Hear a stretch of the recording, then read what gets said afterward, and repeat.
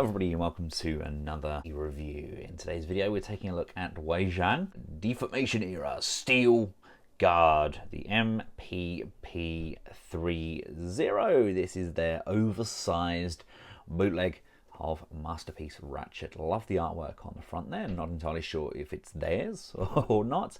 And I like the fact that Ratchet has got kind of like the bullet hole on the chest there. Unfortunately that doesn't really convey over to the actual figure, but we'll get to that shortly. The box, nice sturdy box, much like we'd expect from Wei Jiang. And just looking at Ratchet on the back there, I do like this mold. This figure actually, in my opinion, is 1,000 times better than their Ironhide. Just something about it, I think the mold is more suited to Ratchet. But yep, there we go. There is Ratchet on the back. The window opens on the box, revealing Ratchet with all of his accessories. Now, removing the tray from the cover, we get a selection of alternative accessories. So we don't get a faceplate in here, because under this we get even more accessories, and the face is actually separate. That's got the crown on as standard. We get all of the extra pieces that we got with the Masterpiece Ratchet figure, only huge, and we get a different burst as well, which is so Ratchet's doing kind of engineering work on his comrades. And here we have him out of his packaging. I think I've got everything correct on the tray. We've got his tools, we've got all of that weaponry on there as well. For some reason this has come with Ironhide hands. Ratchet's are red, Ironhides aren't. Not really sure what's going on there. I believe these are meant to be white as well, but beggars can't be choosers. We've got this new blast piece here which goes in, and just on the underside there is the alternative Ratchet head. I like that they've actually managed to get everything on there as well, so that's always very welcome. I think that was where the original Ironhide style head would fit, but obviously this having the crest, it does differ slightly, and it's clear on the underside so it won't rub. I still think this would have needed wheels, but Ratchet looks absolutely awesome. I put the logo on there. He does come with a nice big gap at the front there, ready for the Autobot insignia to be installed. And of course these have taken the kind of modified approach, getting rid of some of the unsightly sections at the side here, and he now has his wheels mounted to the rear. Ratchet is a really good looking figure. There's something about him that really is quite impressive. He kind of just has more shelf presence than Ironhide. Now these red crosses are sculpted on, so it's kind of like it or lump it. Unlike the artwork on the front, there is no damage to Ratchet's windshield. Really good Ratchet sculpt on that head as well. Having him alongside Inferno and Ironhide, he definitely looks the better of these two. There's something just not quite right about Ironhide. I know they re-released faceplate for him. Really not happy with the faceplate that came with him. But Ratchet, I don't know, he just seems cleaner. Maybe it's the white, maybe it hides the lines, etc. But really very pleased with how he came out. Now Ratchet, much like Ironhide, has various different ports to install pieces. We've got space here on the back to tab in his backpack. My favourite of the pieces that are included are some of the tools. I'm hoping we get an oversized wheeljack soon as well, so I like the fact that they can interact with each other and they can build some Dinobots. Let's get some oversized versions of the Fans Toys dinos as well, shall we? Isn't it strange that Fans Toys have never had figures KO'd? Interesting. Let's just install that on there. That's one of my favourite ones. This is a tool there. We can just bring this over. This can fit on the end of said tool. There we go. He's now fixing up Ironhide. I love these special effects. They should really include them with more of the figures, but unfortunately that's not always the case. Those interested in scale, he stands around the 10.5 inch mark. That's around 27 centimeters, and weighs in at a more than average 473 grams. That's 16.68 ounces. Let's take a quick look at the articulation. The head can look up and down. We can go left and right, and we can tilt side to side. Shoulders are on a ratchet joint. They can come up to the side. They're locked in at this point and here. There's an upper bicep rotation. There's a single jointed bend at the elbow, rotation on the wrist, and the hands are pinned at the finger. We have some rotation there. We have no abdominal crunch. Our hips gets to the front, allowing for this far forwards, this far back, out to the side there. We get upper thigh rotation, we get upper knee rotation, we get a bend on that knee, and we get some up and down on the feet. We can tilt left and right, and we do get these heel spurs which can flip up and down. So the articulation isn't quite as in-depth as Inferno, but it still works nonetheless. And of course we've got all of this kind of realignment going on at the back there. It does kind of hinder the articulation slightly, just where the wheels are positioned, but it still definitely tidies up a lot better, and it prevents our figure from having that nappy that was the main problem with the original Ironhide and Ratchet. For those of you who want to change out the faceplate, we just remove that like so, bring the new one in, and that just pushes and tabs in there nicely. And there we go. Well, there we have a happy-go-lucky Ratchet. I really like that. That's a good look for him. It definitely a lot more impressive than angry, grumpy Ironhide. What a vast improvement.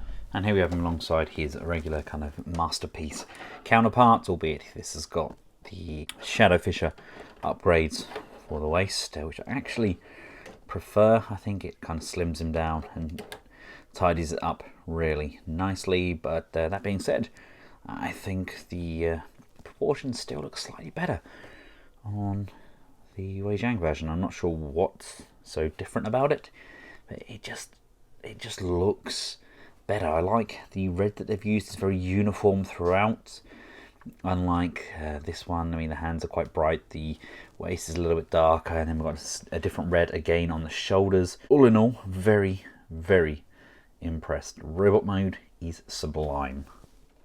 Right, now to get him transformed up into his vehicle mode, you want to detach any weapons that we have in hand, quite literally, and you want to pop these arms back inside the forearm. So just make sure the fist is completely straight. Got these tabs on here as well, so we can put things like the radar dish, etc. in his arm.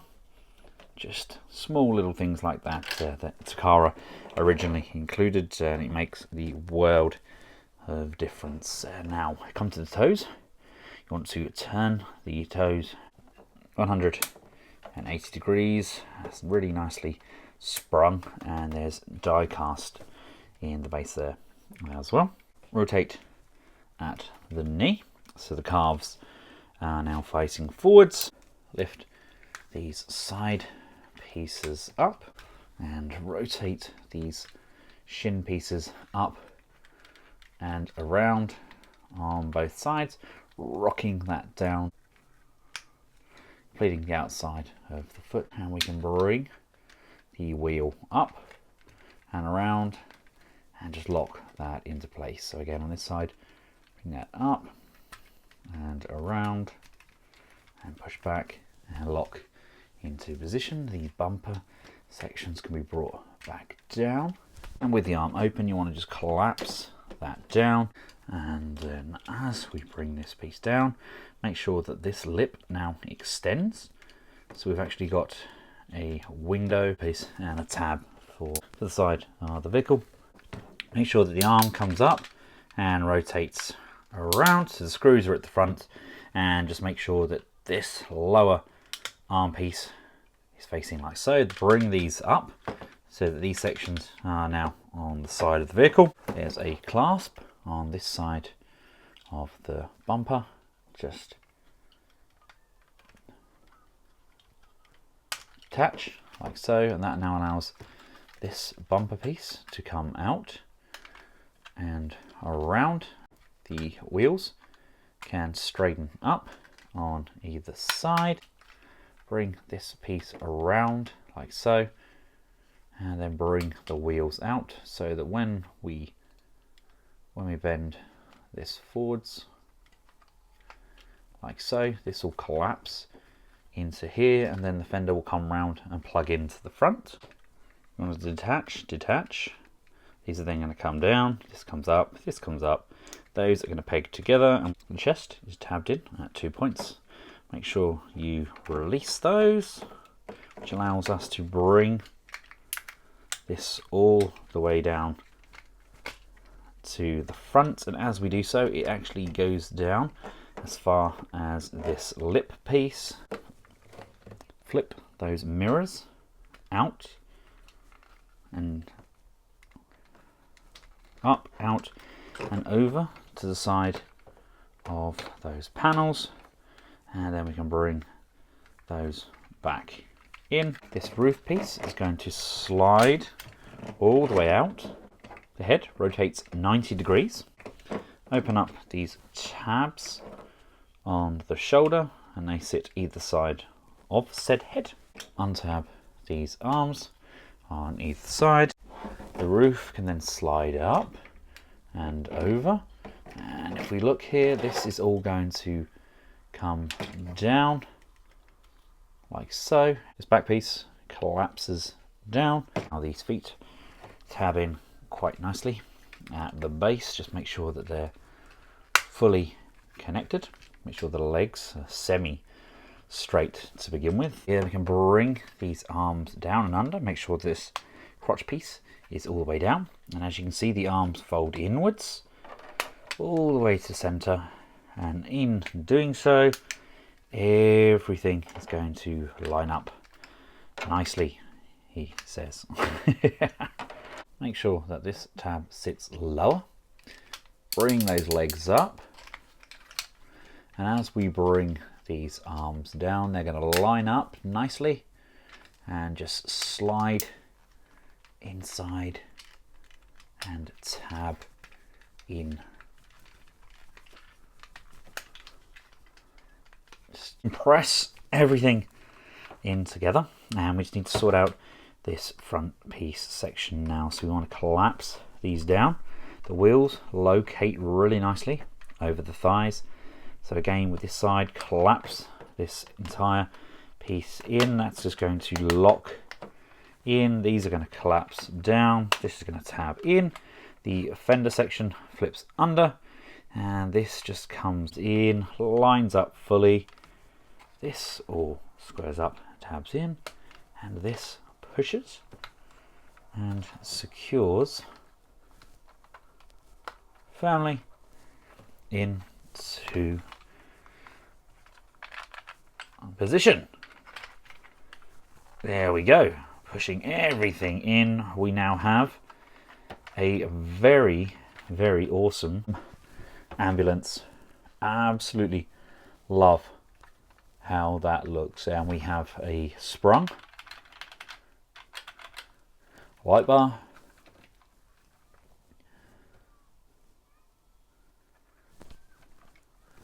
done a remarkable job. There's so much heft to this as well. It feels like kind of a dinky toy or a Matchbox, something like that, or Corgi, but it definitely works, and it's such a good size. And here we have him alongside some of his comrade-in-arms, including the new release Black Mamba Oversized NPM04. They all look really nice together. Maybe Bumblebee is a little bit too big in that vehicle mode. I'm not entirely sure. The VW Beetle actually had quite a long wheelbase. It's not as small as everybody remembers. It's not like a Fiat 500 or something like that. Or a Citroen Dolly 2CV. That's some of the team together, and they definitely look the part. And here we have Ratchet alongside big Ironhide in vehicle mode, and little teeny tiny Ratchet as well. See, I've got the red cross symbol on the top of the official Rabbit, on the official Ratchet, and it's got those Shadow Fisher style wheel arches instead. But personally, I think Wei Jiang have nailed it. I think theirs tidies up pretty darn good. Both kind of spring-loaded. This one does tend to lock in a bit more, but this is just a beast. It's so heavy. Underside is pretty tidy. Everything lines up. These pieces weren't that much of an issue once you get them in the correct positioning. This all tabs in nicely, and everything rolls as it should. Overall, very, very impressed. Once again, Wei Jiang have made an exceptional piece. I'd like to thank TF Direct for making this review possible. I've included a link in the description below where this can be purchased, and I've also included a playlist link at the side of this video during the scrolling credits. Thank you all for watching. Until next time, from myself and oversized MPP30 Ratchet, goodbye.